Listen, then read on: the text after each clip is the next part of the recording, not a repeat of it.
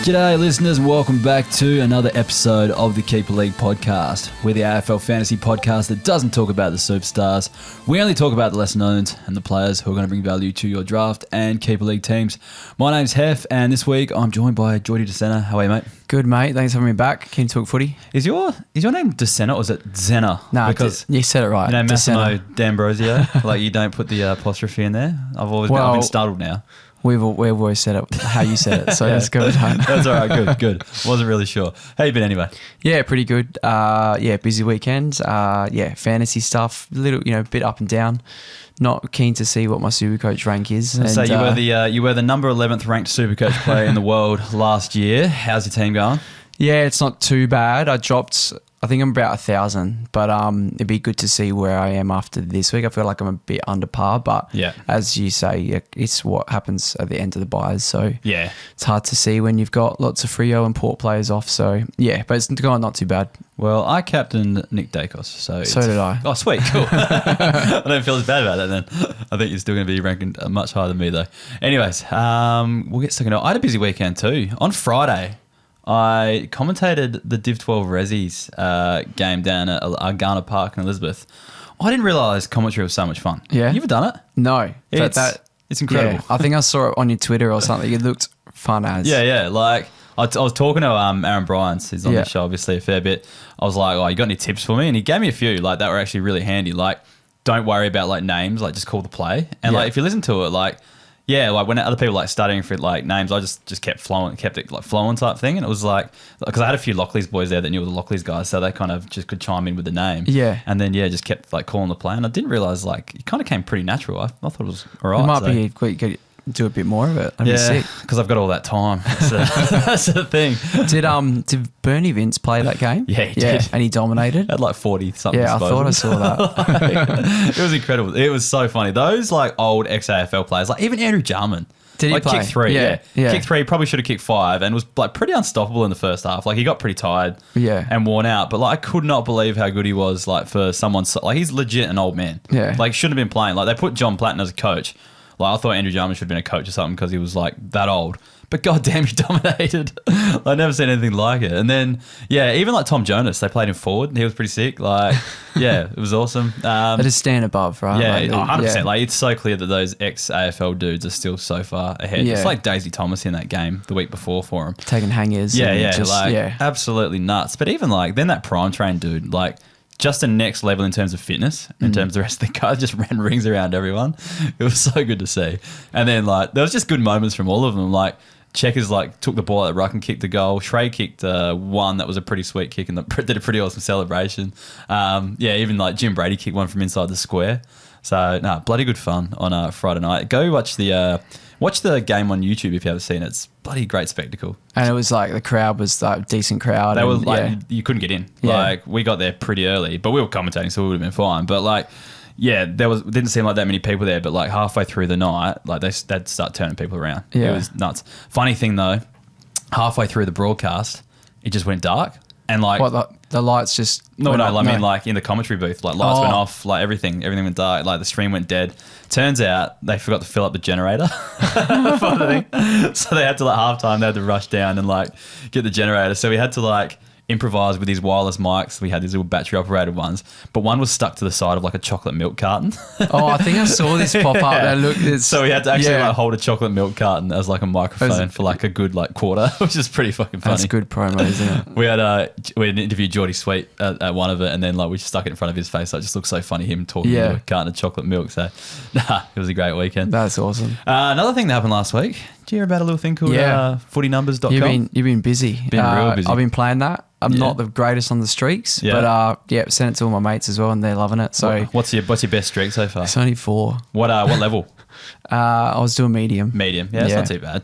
I find it pretty hard. I think I just remember fantasy scores more than numbers. I don't, or if it's like definitely if it's a lower number, obviously I remember it, but those higher numbers, I seem to, one will pop up and the streak just dies. But anyway, yeah, it's a great game. If it's if it's fantasy numbers, it makes it easy. But more so, I think more so that once you do it more, you get used to the players. Because once the easy level is all 150 plus gamers, it gets a little bit easier from there. Yeah. And then cause you're oh well, it has to be someone who's played 150 games. Who's played 150 games for West Coast? Yeah, and it's got to be Jamie Cripps, Jeremy McGovern, Jack Darling, one of those three. So it's pretty easy to narrow down. It's when it gets to any player that's listed and Dominic Bedendo comes up and you're what the hell? Who is that guy?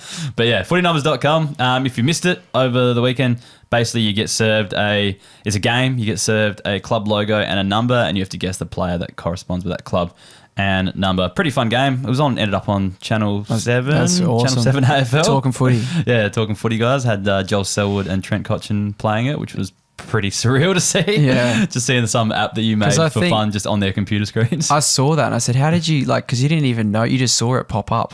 They just... Someone tagged me in tagged you in it. Yeah. And that's and then you posted. It's how did you get on that? That's unreal. Someone random. So, it's pretty awesome. Have a go at it. footynumbers.com. Bloody good fun. Hopefully I can turn it into something bigger. But anyways, each week we spin the wheel for Game Day Squad. May as well do that again here. Let's see who wins the pack for this week. Spinning. Here we go. The Debilitated, I believe. Yes, it's the Debilitated. It's landed on. So if you're the coach of the Debilitated on Game Day Squad, drop me a line on any of the socials or via email, mail@keeperleaguepod.com.au and confirm with me your email and name and all the details you filled in and I'll send you that wonderful pack. Anyways, I reckon we should get into the show this week. Thursday night was the Adelaide Crows versus Richmond game. I was fixing all the bugs in footynumbers.com. That's great. That night. So I watched probably the first quarter with my son, and then when he went to bed, I started working again. So I'm hoping you watched something. Yeah, no, I did. I had a gig and I rushed pretty much.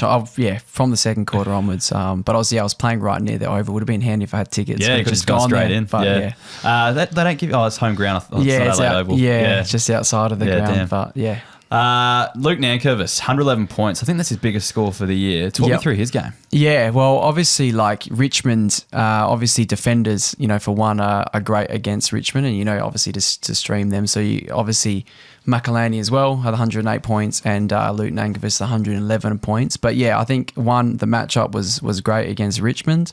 But I'm pretty impressed by what I'm seeing from Luke Nankervis, and I think he's cemented his spot now, I think, in that back six. And I actually think he's a pretty good prospect coming forward for keeper leagues now, and he had 11 marks as well. Yeah. So he was, and the left foot is, I'm liking what I'm seeing from him. What role? Is he on the wing or is he in the halfback flank? No, it was halfback flank was what I sort of, yeah. Well, that's where I noticed him the most. Yeah. I'm worried that he's just going to be I've got, there's 4 players on my list at the moment that I think may have some sort of currency. Yeah. Harvey Gallagher, who I don't want to trade, obviously. He's your boy, so. Yeah, I can't trade him. But then I've got Luke Nankervis, and then I've got Jace Burgoyne, and I've got Massimo D'Ambrosio. They're all the same player to me, the same type, and I'm petrified that I've got these 4 or 3 defenders and 1 forward that are all just going to be dime a dozen mid wingers next year. Is Luke Nankervis the guy I'm trading right now and capitalising on that value, selling high? If I could get, say, I don't know, a Crisp or something like that that's a bit older, but going to put up some good scores. What's your thoughts? I mean, yeah, if you've got 4 of those guys, maybe you do try and pick the ones that you want. Obviously, for me, I've got Burgoyne. I'll be a Port man. I'm okay, maybe I'll keep stocks in Burgoyne or a D'Ambrosio, and then maybe you try and, get rid of a Nank. But it's really hard to tell which one's going to be. Yeah. They're all very same, as you said. My thing is I don't really care. It's whatever I can get the best deal for because I'm pushing for a flag this year and I feel like my team's probably going to fall off a cliff or in the next couple of years if I don't get one in the next 2 years type thing. So it's more I want to get that top talent in. I want to turn my M7, who's now a Fiorini type, into someone, into something that's a little bit better type thing. So I don't know. That's the predicament. I'll let people know on the Discord what I end up doing, but that's what I'm trying to deal with. I can put it out there. Yeah, try to get rid of one of them to someone for something better. Max Michaelani he had a big score 2 weeks ago when he went in the midfield. Is it the Richmond factor, or are we seeing something different? Because he's half back, wasn't he? He was half back, yeah. So I was looking at this too because the week before, like you said, CBAs, but no CBAs this week. So it was all just, half back. I think it's, the Richmond factor. But obviously, he had like 10 marks. So, but again, he's a young player, like in defence, like playing a little bit more of a key position role. But, I think those two are probably the next, that's the back six really for the Crows. Do you think he's a fantasy type though? Because he's probably like their best lockdown. Yeah, that's the one thing that it's hard to know. Like I feel like he's going to pop up for these scores, but to be consistent with like as a fantasy type, I think like maybe he's like an 80 guy, a Stephen May sort of. Yeah, okay, yeah, type. I can see that. Yeah, I'd be happy with that. The name that's on everyone's lips, he debuted in a lot of classic sides this week and probably outscored a fair chunk of their premiums. That was Billy Dowling, 89 points. I've got him in one of my keep leagues, which I feel like we've been, since he was drafted, we've been chanting his name, essentially. Just so good to see him debut. I think last week on the pod you were like, Billy Downey's going to get his chance, and then he did. So I feel like that was an easy one with Crouch going down. Like they had to bring someone else in, but I got a few. I've got a few TikTok mainly from like the younger generation. They're like, how do you know this stuff? And it's just common sense, like, And he had very high, like you said, the junior numbers were the highest. Yeah, exactly. Like Dowling, I was worried he was going to be sub. And as soon as I saw that he wasn't the sub, I was like, I'm bringing him in every format, And even Supercoach off the bubble? No, so I will get him, in time. Yeah. But I think... obviously Crouch out. I was looking at CBAs as well. Sam Berry looked like the guy that sort of took, like he had 10 CBAs, looked to go inside. So Dowling didn't get any inside time, but he sort of had that half forward role. But you can see that like he had 30 points in the first quarter and then he had 41 in the last. So like he can accumulate the ball as we know. Yeah. And like, I don't know, he looked like Jared Berry. I don't know if you got to see... I saw a bit of his last quarter. First and last quarter I saw probably. He just reminded me of Jared Berry, who sort of has that wing, half forward, a little bit inside, kind of can score, do it all. Yeah. That's just what he reminded me of. So, like real positive. I just hope he can stay in the side. I think they will hopefully keep him there, and we can see what he can do. It's queuing the rack time for Adelaide. They need to just be blood in their young guns. You need to get Curtin in. Billy Dowling needs to play for the rest of the season. Like, let's try to find some kind of star in their kind of lackluster list. Darcy Fogarty, though, this is more of one that I was kind of... He was on my waiver, pretty high on my waiver wire list last week. Just Tex Walker being out as well, 87 points. I feel like he's just starting to find his feet. He's, and again, queuing the rack time, he's got to be their future key forward target. So it's about time they start hitting him up and stop relying on Tex. So I think Darcy Fogarty is going to be, not a huge score in the back end of the season, but I think he would definitely lift on his first half. Like we could see him go around that, mid to high 70s mark for the rest of the season. Noel Bolter, 97 points. Didn't see the game. Why did he score so high? Yeah, I think he just looked on, and I think he's playing key defence as well. But he had 12 marks. I think he just had a bit of a tip of the cap game. Yeah, but key defender taking marks. Key defender, yeah. But again, he's like I was looking at. If you're looking at Richmond's list and like rebuild, he's probably like one of the most important players that they need to keep. He's 24. Whether he can score this, I think he'll pop up for these scores. Yeah. And like, there was times he went in the ruck, but like this game he didn't because they brought in Samson Ryan. So maybe that, helped with his numbers because he was just in that one role for the game. Yeah, definitely.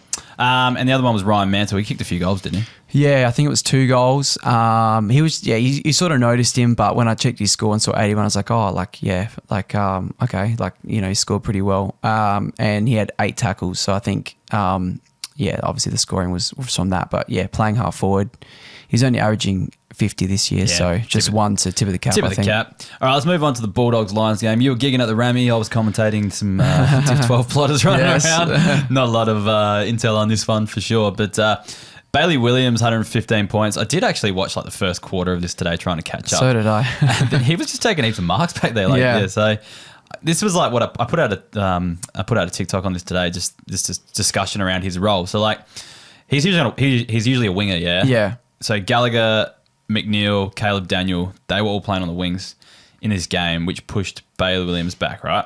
So is this a new role, or are they just trying some of these younger guys on the wings? Because like Jason Johannesson's injured. Yep. Ed Richards has been playing in the midfield, but like this is the first week with Liver back. Yeah. So he could potentially go back. He could have just been covering that role. Yeah. What are your thoughts on this whole situation? Yeah, I was looking at, I think JJ, he's like out for 5 to 6 with I a think he's hammy. back after the buys, isn't he? Yeah, well, yeah, I looked at the injury. I think Harms is the one that's back after the buys. Okay, yeah. And JJ, I don't know, it said 5 to 6 on the Still report. 5 to 6, yeah. I think Richards is going to be good for next week as well. I think Richards, he was so good in that midfield role. Like they used McRae and Sanders in there, and the week before McRae didn't have any CBAs. That makes more sense. So I feel like Richards will take McRae's CBAs. Yeah. So I actually think that Williams might hold that role for 5 to 6, like while JJ's out. I think he's 38% owned on waiver wires out there, so good chance he's there if you can pick him up because that role should be pretty sweet. And again, these kind of like M7 types, he's one of them. Exactly. And you'd want him playing a halfback role than on a wing, that's for sure. We tip in the cap to Eric Hipwood, who scored 140 points on the back of 6 goals. That's unreal. Darcy Wilmot scored 97 points. I noticed there was an injury icon next to Connor McKenna, who was having a huge first half by the looks. I actually don't know what he did and whether he's right or not. But if Darcy Wilmot's the only guy back there that can play that distributing role, then he should be up in for an uptick as well. And he's been popping a couple of these 90s this year, so it's pretty good, like pretty cool to see. Probably if you're a rebuilding side, he's probably one of the values a bit lower on, not after this week, but if he says goes back to scoring like a 50 or a 60 next week, probably just throw a little cheap trade out and see how you go. I like him for the future, especially I know Kadeem Coleman's coming back, but they need someone to play that halfback role in the meantime. And there's worlds where you can have 2 of them scoring well back there as well. Hawthorn versus GWS. Josh Weddle's the big one. So 90 points. He went into the ruck when Reeves got injured and kicked a pretty crucial goal at the end of the game too. He just had a good all-round game. There's just always something about Weddle that I guess he looks like Nick Blakey in terms of the way he plays. But if he's going into the ruck, there could be a few extra points for him there as well. Yeah, I think so. I think Meek isn't far off. I think if Reeves is injured, they'll probably flick Meek back in, who's having a great year. So, but as you said, Weddle, he's such a good prospect. Moving forward, you can play anywhere, right? Like you can play wing, you can put him half back, you can play him ruck if you like. Key forward if you want to. Forward. He's going to be tall enough. He's a good prospect, so great to see that. James Peatling had 98 points. He just always seems to go well with Cornelio out. How many more weeks has he got? He's got a few, doesn't he? Yeah, 5 to 6. No, 3 to 5 with the shoulder. Yeah. But you are spot on. It seems to be a Cornelio out, Peatling in, because there was a couple of weeks ago when Josh Kelly did that calf. Yeah. And Peatling had a good score, and he ended up being emergency, getting dropped. So, I thought, well, he had a good game. Kelly's done a calf. Surely he holds his spot, and he didn't. Yeah. So I think while Cogs is out, and he had pretty much quite a few CBAs. So that was that's good to see, especially listed as a forward as well. I think he's under 40% owned in the waivers too, so definitely one to look out for if you're playing that game. Xavier Halloran had 12 CBAs for 82 points, but kicked 4 goals on the back of that. If he doesn't kick 4 goals, he scores in the 40. Yeah, it's not great, is it? Yeah, so don't be pre-season, he was one I got wrong. I saw him having a bigger uptick, mainly just because he had the forward status. Saw him playing on the wing and stints in the midfield all pre-season. I was like, he's bound to average 70, but he's been pretty shit this year. No, I thought so too. Even after this 80, I'm not jumping on, so that's another one there. West Coast versus North Melbourne game. Jamie Cripps had 108 points. He's actually averaging 73 for this season, but he's had a weird month where he's gone 200s plus scores, 70s, and then it's a score in the 40s, which is basically what he does, really. He'll average 70, but there'll be some fluctuation in there for sure. I wonder if it's games that, West Coast, there was obviously a tight game, and the games that they've won, wonder whether he scores well or not. Because they have had a few games where they've been blown away. Yeah. That 40 could have been against the Crows or something when they got pumps, Who they played Crows last week? No, it was the week before that, wasn't it? Yeah, it was recently. Yeah, I can't remember. But, it's hard to stream him because West Coast probably don't have that many they got early Sunday games. Saturday but I think if you can try and pick the match up, a decent team, or they think they're a chance of winning, maybe just flick him on.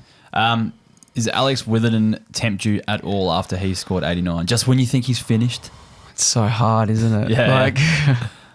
I wouldn't be able to drop him in a league, but I still don't have faith in putting him on field unless I've got injuries or something. He's the kind of player that like I could probably get pretty cheap and then just hope he's playing in round 23 in grand final week and hope he puts up a big score, like a score like this. Like it's that kind of punt that we're out with Alex Witherden. Kind of like what I did a few years ago with like Michael Barlow. Ended up getting him in a trade and I only used him in the finals type thing, and he ended up winning me a grand final type thing. Won the Norm Smith in my grand final matchup. So he could do something like that, really. Because he's got the capability, Yeah. So 100%. All right, Jai Simpkin, talk me through his game. This is great to see. Like, I remember coming on a pod a few weeks and we were like, what do we do with Simpkin? I said, we just got to hold. He's got the forward status, hopefully next half of the year. But I think North, like from what I saw of the game, first, like they were on. Like I think they've gone, okay, we're sick of this shit. We're sick of this. This is probably our only chance to win a game this year. Like I think in their minds, like we've probably got, I think they're playing Richmond and again maybe, and I think they were like, it's either like this is the only chance that we're going to get to win, and I think it feels like they just gave an extra percentage, and Simp can be in the captain first CBA, he was in there, and I think that was the main thing was that he had actually quite a few CBAs, so it was actually Sheasel started half forward and then rotated, and same with Power, whereas he's been doing that role for the first half of the year. Yeah. I think he was like the third most used midfielder like in there. So the third banana type thing. He just, I don't know, he just had a bit of like, I'm going to take this, put this team on my back. Yeah. I'm the captain. Like we're a chance to win this. Yeah.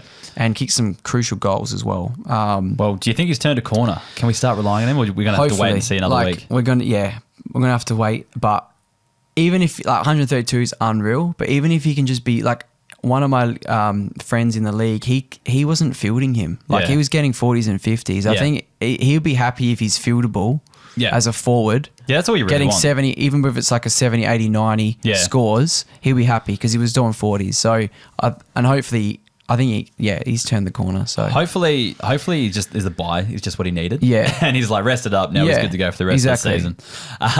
So Nick Larkey, 107 points. I drafted him in the Shiva competition, just expecting more of these, like 5 goals here and there. Like what, did he win a common a few years ago? Or did he go very close? He got close. Second. Got him All Australian team. Right. Like I picked him just thinking I'd get 5 goals every 3 or 4 weeks. North will probably still lose by 10 goals, but he would be on the end of a few because he's just targeting. He's done nothing for me this year. So maybe he's one that's just come out from the buyers as well and gone, I'm sick of this shit. Let's kick some goals. Yep. But yeah. I think he definitely needs goals to score. Definitely. He's not one of those guys that sort of gets those marks and hopefully decent score for 1 goal. Hopefully North have just can turn a bit of a corner and be a bit more competitive and he can get a few more. So he's just one I'm looking at just in case because, he's been really disappointed this season.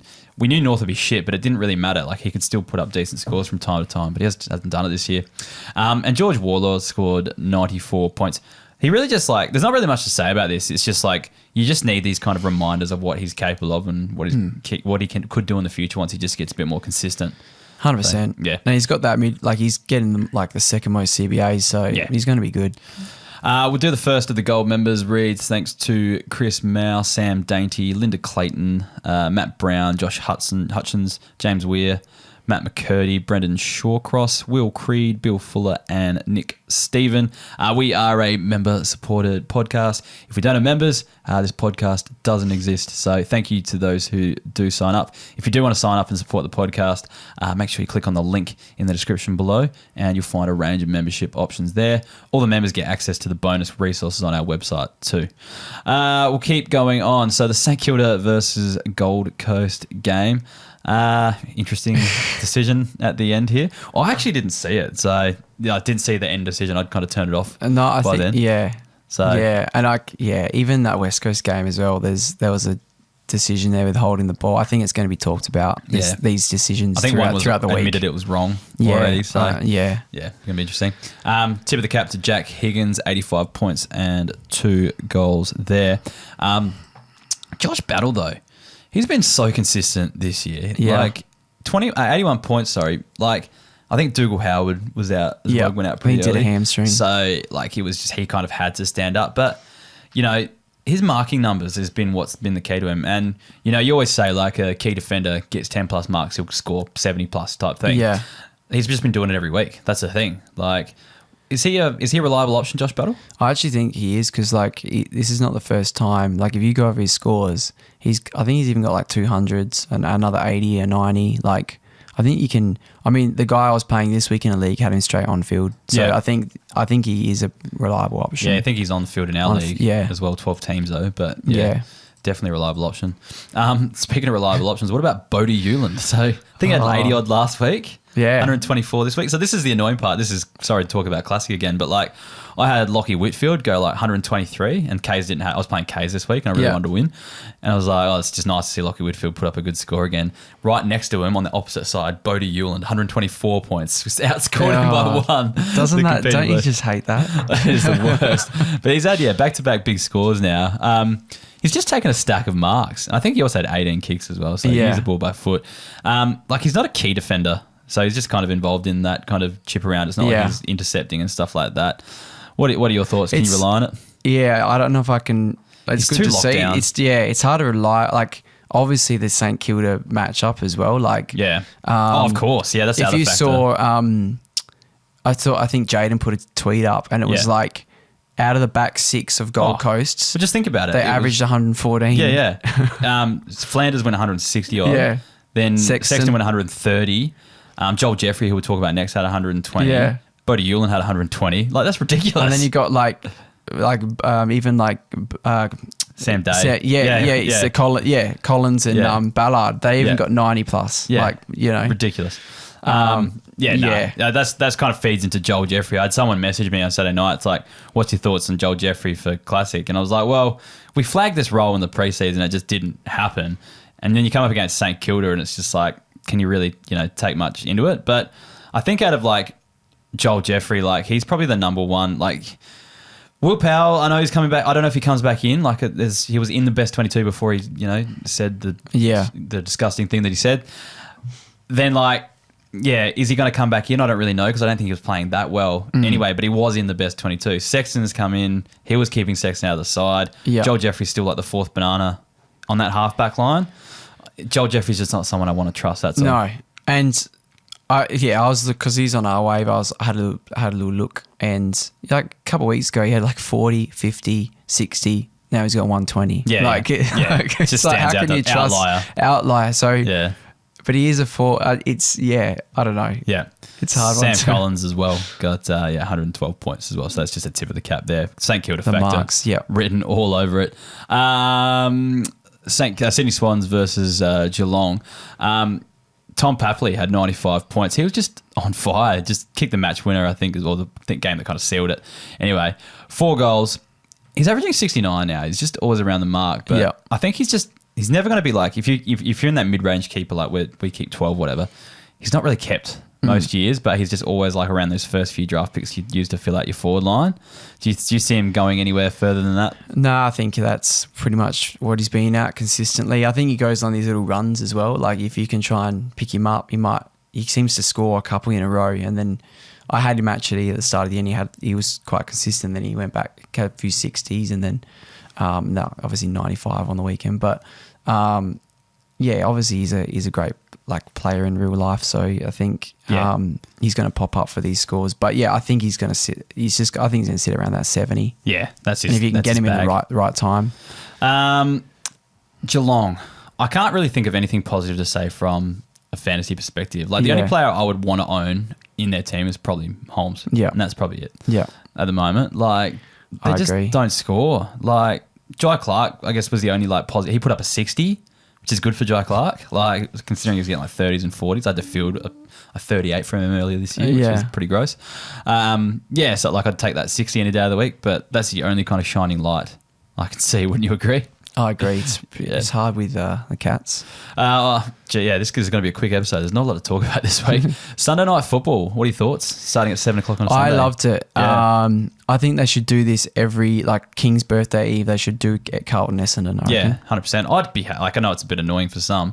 I'd be happy with a Sunday night. Or we kind of do get them, but I prefer not having 3 games that overlap. I'd rather have back to back to back on a Sunday, and I hope they do. Maybe you don't have to have it this late because there was an hour break in between the games. But I hope they just keep the back to back to back. I haven't even looked at the schedule, but they probably are doing that. But anyway, I do love a Sunday night game. Yeah.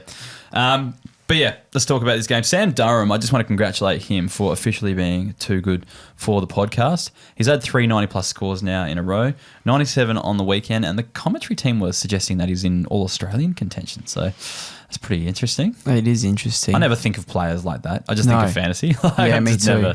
Even I was watching Talking Footy on Wednesday, and they were doing the State of Origin teams. And they were like, you got to have Durham in there. And he's in the like, so they're rating him quite highly of, real football factor. In real football factor. Yeah, but I reckon that always bodes well for fantasy. Like, he's keepable now for me. Like, because I'm finding midfielders the hardest, even though, like I mentioned, I'm going to have all those midfielders from those young defenders that are all playing on the wing type thing. But yeah, he's getting to keepable range for me at the moment. And hopefully we're just seeing him like pick up after having like a season's worth of just, experience in the midfield, just starting to get to that next level.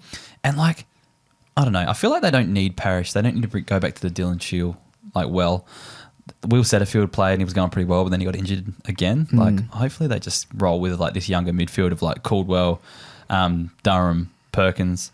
It's so much better to see it's the Essendon midfield, right? Except they lost on the weekend. Lost their last 2 as well. So yeah, that's probably something that's not boding well for him. But yeah, Sam Durham, awesome season so far. Did call it very early last year. Put out a video, I reckon, in about November last year about Durham. Going into the midfield. Yeah, that's what piqued my interest. And then, ended up drafting him pretty late in our draft and he's going right for me. Jai Menzies, 87 points. Just wanted to note he's spending some time on the wing, so just might offer something different. 87 points there in this game. Keep an eye on that one. Wingers do go missing for large periods, though. And then Will Setterfield, we mentioned before. Do you think Dersma, is he going to come back? Yeah, at some point? Back in. Will Setterfield, 86 points, just started real hot. And it did, I don't know, I'm just not sure if him coming back would have had an impact on Caldwell and Perkins a little bit. Caldwell still seemed to score okay. Perkins probably had a better game than usual. But yeah, now he's injured, so we'll have to wait and see what happens there. Do you know what he did, injury-wise? I think it was leg. I could probably look it up here. Just give me 2 seconds. But yeah, I remember him sitting on the bench, and I reckon it was definitely something to do with his leg. Where is he? Will Setterfield here. Ankle, I think it was. No, knee problem, which is what he was out for, wasn't he? Yeah, I think he's been struggling with that. Yeah, maybe it's precautionary. I don't know. But then, Archie Perkins, I think he scored the 84 points. I think he's going to be like Caldwell, where he took 6 years to kind of get there. Yeah. I think he's going to be a similar type. What do you think? I think Essendon's midfield, there's just so much of them that they have to spread these points out. I think round 1, when Perkins had 100% midfield time, and he scored 130. Yeah. He can do it, but it's just he only had 4 CBAs on the weekend. Is that right? Yeah. Wow. And to 84 is actually pretty good with his midfield time. But so he was starting forward a bit more, was he? Yeah. So 14% CBAs, you're right. Yeah. And he hasn't had huge, actually. He's probably one to keep forward status for next season. Yeah. But he shows round 1, he was at 87%. He went 130. So he's got the capability. It's just like Stringer went in there for 18 CBAs and then sometimes he's not in there, and then they're always changing that mix. And even Nick Martin went in for 1, and I saw it in the week they were looking at him as inside mid. So it's just they're always changing the mix. So that's just the only thing with those types with Perkins, but. Again, he's got the talent to do it. He's only averaging 29% from his last 3 games. That's good for forward CBAs. Status. Yeah, that's good for forward status. Anyway, the 2 for Carlton. Elijah Hollins, 96 points, and he's kind of playing that perfect forward role now in order to keep forward status for next season, but still score well in the current season good. As well. He's going to end up being an absolute steal for Carlton.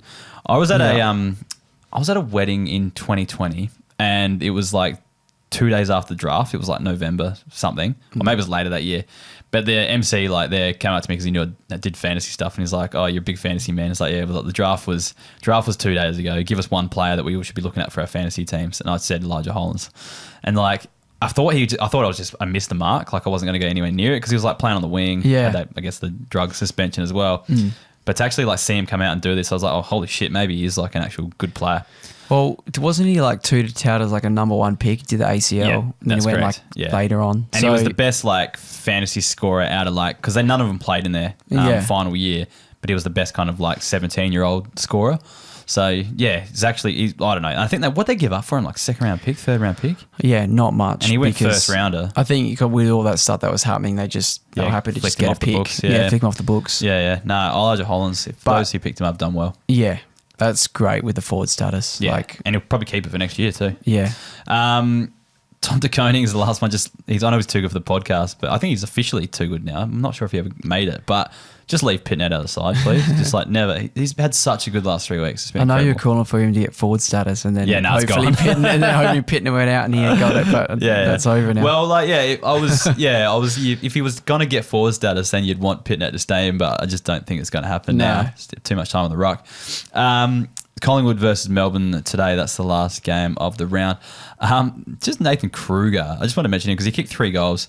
Spent some time on the ruck as well. Yeah. He could be a good target in Classic this week to cover Gawn. I think as well. I agree. And even Supercoach as well. Yeah. Like one of those players. I don't know if I'd bother picking him up in a keeper league or a draft league, but just in those formats. Yeah, you need some cover this week. He could be the one. I think people were looking at it as well. I think just because the team's got, they obviously got named Sunday night. Yeah, and he's just come in I know people. If he was named on Thursday, I reckon he actually probably might have been. Yeah, one of the most traded in players. Yeah, good point. Especially for Supercoach. Cozzy Pickett is the next one. 95 points. He had 83% of the CBAs. I'm pretty sure that is his most for the season. Yeah, but the weird thing is, he kicked 2 goals, 6 as well. So, it could have been, a monster score. 83% CBAs, and, that is his highest for the year as well. He had 74 a few weeks ago too. Petrarca got injured, but it was more like when Petrarca got injured, Sparrow kind of saw an uptick as well. So, I think it's him and... now Neil Bullen was tagging Dacos. Yeah. And I think Dacos might have ended up going back a little bit, and I think he might have followed him a bit. I know Dacos still had 70% CBAs today. But it's probably 10% less than last few weeks though. Yeah. But I saw Neil Bullen would start on the half forward, and then as soon as the ball, the CBA, Neil Bullen would move in and just do a hard tag. Yeah. So at the first CBA. Yeah. Just the reason why I bring it up is it just doesn't. I don't think that's a factor in Cozzy. It's just whether Goodwin actually, wanted to try something different after getting smashed last week, and obviously it didn't work. But he was electric today. It was more for his forward work. That's the thing, though. He looked on today. That's good because he's such a good player, right? Yeah, definitely. I just always find that consistency with him. I always find that Cozzy though, CBAs don't matter. Yeah, it's how he plays up forward.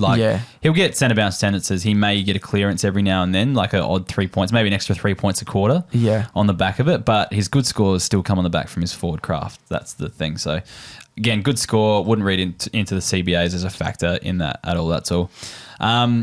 Tom Sparrow is the only other one. I'd just expect a bump from him next week with Petrarca going down because Petrarca went to hospital, so I reckon he's going to be out for a bit. Yeah. But it always fluctuates. Then Salem will come in, and then Sparrow won't get a centre bounce attendance for the whole game. So I don't know. Neil Bullen's doing the fair few run with rolls at the moment and get some extra time. It's hard to know, isn't it? Yeah. The D's, and they probably need to. I don't know. D's are looking pretty bad. The bye. They got the bye. They need to reset. At this rate, it doesn't look like they're going to make finals. Yeah. They're 10th. And oh, wow. I did not know that. Yeah. So they need to reset, and be interesting to see what they do.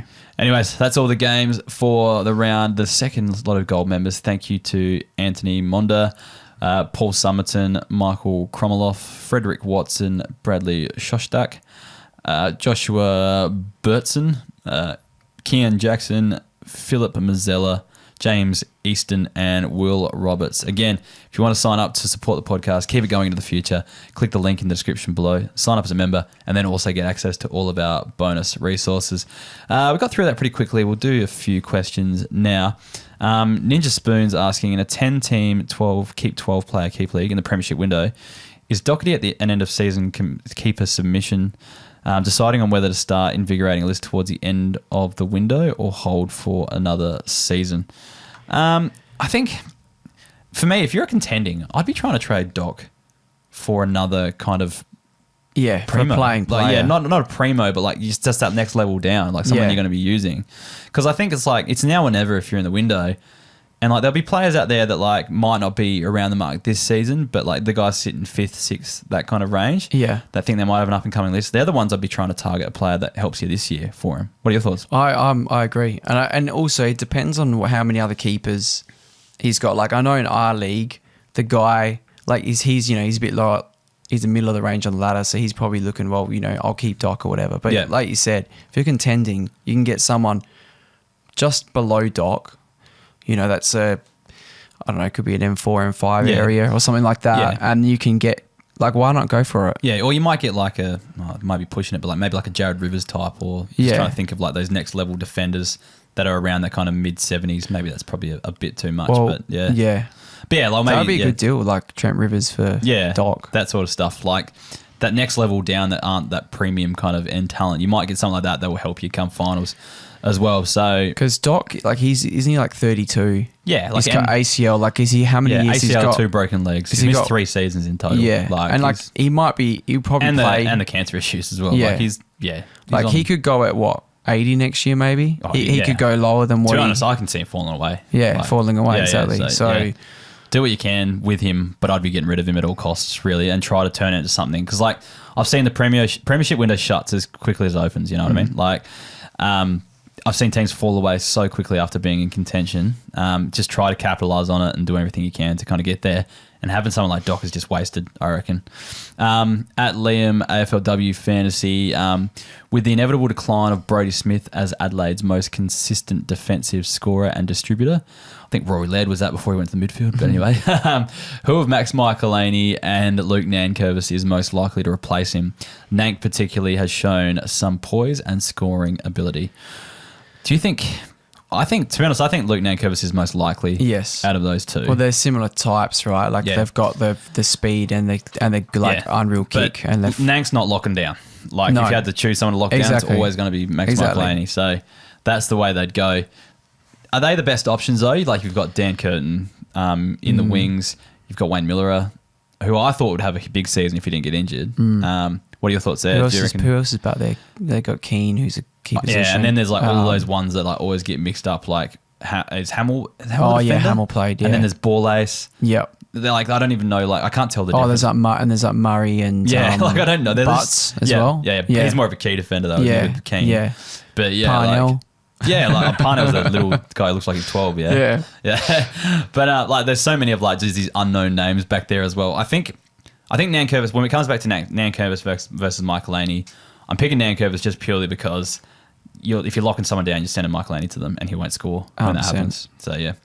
That said, I'm not super high on Nankervis either. Like, I feel like he could...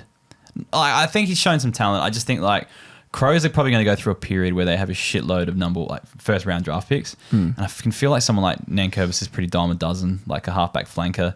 It won't take much to get a better one in. That's the my only thinking there. At B Nichols 17, g'day lads. In a keeper league, I need your help. Do you guys think Shea Bolton... Is it Shea or Shy? I can never... Shy, isn't it? Shea? I don't even know. Both sound good. Yeah. Shea Bolton. I've just heard it said so many different times on so many different podcasts and broadcasts. To think Shea Bolton will hold his forward status at the end of next season, given the amount of midfield minutes he's been played at the moment. I actually crunched some numbers. This is prior to this week because they hadn't updated the website yet, but he's running at 57% of the CBAs for the season and 85% time on ground. So that kind of means there's no way he's starting at that's another 28% position. forward. So that's not enough to hit the 35, which is disappointing because you think he would have. But if he's not, we're going to be pretty dire for forwards, I think, next year. Yeah. Like, I was looking today. That's not a hard and fast number, but like it's going to be pretty borderline. Borderline. Yeah. It's pretty close. Yeah, but he could be one that then gets it after round 6. So I wouldn't be panicking to get rid of him or whatever. No, because he's a good forward for this season. Plus, like hopefully he can kind of get it back. Plus, the Tigers might rise up quicker than expected. Who knows? At Arnhem Mikey, I'm in contention this year in redraft league. One thing my side is lacking is consistent scoring forwards. Who would you pick from these names? Justin McInerney, Shea Bolton. I'm assuming that's Bradley Hill, not Brodie Hill. Yeah. And Tom Powell. Who would you pick out of those four? I'm thinking McInerney. Yeah. Sydney like, he factor. seems to be Sydney at top of the ladder. Yeah. Like, he's pretty like consistent. Yeah. Like, I mean, obviously Bolton's probably the better player. Like, as a keeper, like prospect. Just trying to see what McInerney's averaging this season. 80. Yeah. What's Bolton averaging? About the same. Let's have a look. Yeah, I think my gut says, like, just my head says, my gut says Bolton 81, just because like he hasn't been scoring that well, and then like he's just starting to ramp that midfield time back up as well. Like I think someone like McInerney is going to be wing, half forward, half back, so often. Whereas I think Bolton is just like one of their guns they have to lean on a bit more. So I'm probably just tipping Bolton, but and again, if depending on how much they pay, like I feel like Bolton, you got to pay up more. So if you can get McInerney for cheap, fair. Then it's like, well, maybe, but yeah. I think all of those forwards are going to be around the mark. He's in contention, so yeah, one of those two anyway. That's the answer. Minnow 15, Jaden Short. Do we ever think he's going to be going back to a 90+ average defender? Didn't he do a good score this week? He did. Or Supercoach. I didn't see what he had in fantasy, but yeah, I've got him in my Supercoach team because he was like 300k. I mean, maybe like he's a good player, right? It's just Richmond aren't winning, so it's game plan as well. It's game plan, so. Do you see like Richmond are 1 year into a new coach? They're sticking with that game plan for a while. So maybe, but like it'll take. I don't think it's going to be anytime soon. Like maybe if Uze fails and they move him on, then like in the first 3 years, like maybe in 3 years' time when he's like 30 odd, he might be good. Well, that's it. You know, you think Richmond are going to get these picks in, and then it might take a couple of years. Yeah, and then maybe he's back. It's hard to know. Yeah, but he's a good player.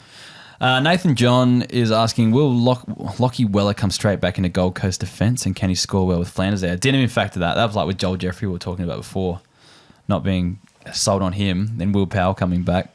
Got the sexy time in there as well. Well, he's obviously going to have to play some VFL first, but like I can see him, if they're pushed for finals, I can see him coming in. Yeah. I don't need to prove it because of his... Is it ACL he's come back from? So, but does he play like Weller's the kind of player that can play wing, half forward? Like does all that. He's been like all those statuses before, like forward status, wing status, midfield status. Sorry.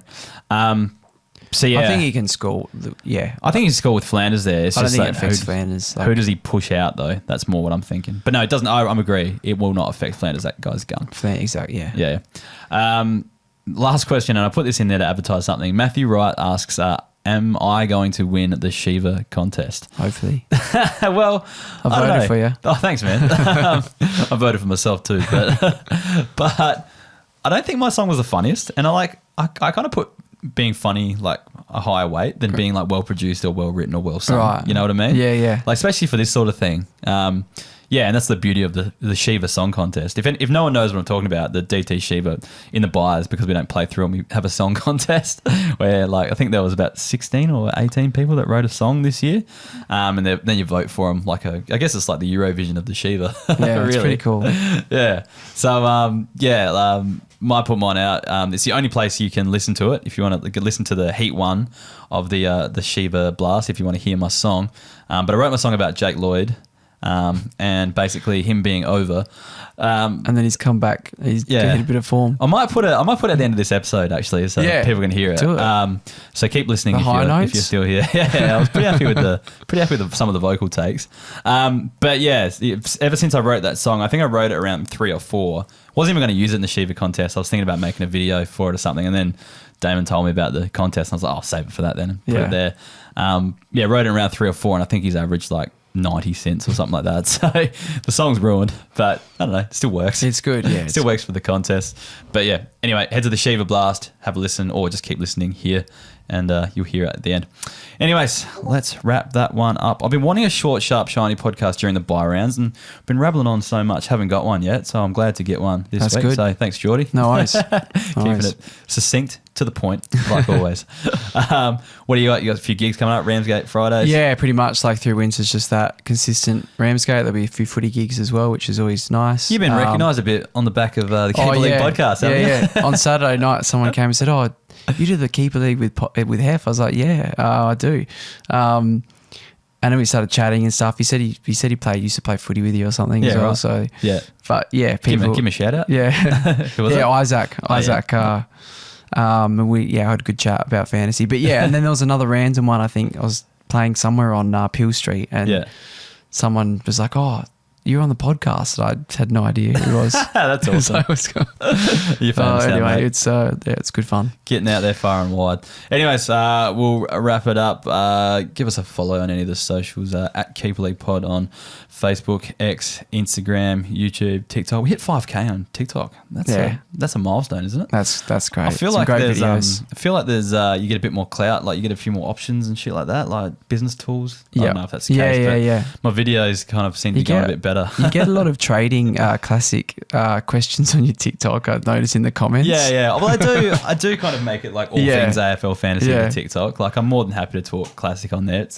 It's branded as me more so than the Keeper League. So, but it's like, will you trade? Do I trade this for this? And then you're like, I'm not talking about anything like that. It's just like a place to get their questions answered. Yeah, I don't mind it. I usually get back to people on TikTok. It's good fun. Yeah. No, that's a good community. But anyway, that'll do us. Don't know if I've got anything else to plug really. Footynumbers.com. Get around that. Jump on it. Yeah, have a play. Get the SEO numbers up. Hopefully it appears on Google sometime soon so more people can find it. But and that's pretty much it for me. Take it easy. Thanks, Geordie, for joining us. No worries. And we'll talk to you soon. See ya.